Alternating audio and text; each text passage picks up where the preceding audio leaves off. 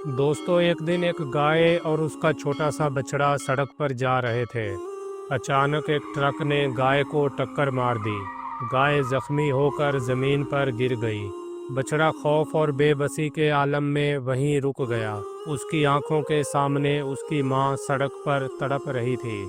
वो मदद मांगने के लिए बेचैन होकर भागता हुआ गांव के लोगों के पास गया ताकि अपनी माँ के लिए मदद लेकर आए। बछड़ा हर एक से कहता रहा, मेरी माँ जख्मी है, प्लीज़ मेरी मदद करो।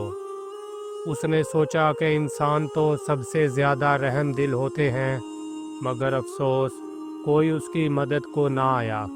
किसी के पास वक्त नहीं था, कोई उसे देखकर मुस्कुरा रहा था और कोई तो उसे नज़रअंदाज करके आगे बढ़ गया। ये सब देखकर बछड़े का दिल टूट गया। मायूस होकर बछड़ा वापस जाने लगा। अचानक रास्ते में उसे एक बतख मिली। बतख ने उसके चेहरे पर दुख देखकर पूछा, मेरे दोस्त, तुम क्यों रो रहे हो? क्या हुआ है? बछड़े ने रोते हुए सारी बात बतख को बताई। मेरी माँ को ट्रक ने टक्कर मार दी है और कोई हमारी मदद को नहीं आ रहा। बतख ने कहा, गम मत करो, मैं तुम्हारे साथ हूँ। आओ हम मिलकर अपनी पूरी कोशिश करेंगे। जब वो दोनों भागते हुए गाय के पास पहुँचे, मगर तब तक गाय बहुत कमज़ोर हो चुकी थी। बछड़ा अपनी माँ के पास बैठकर रोने लगा। बतख उसे तसल्ली देती रही, मेरे दोस्त, गम ना करो, माँ कभी अपने बच्चों से दूर नहीं होती, वो हमेशा उनके दिल में ज़िंदा रहती है।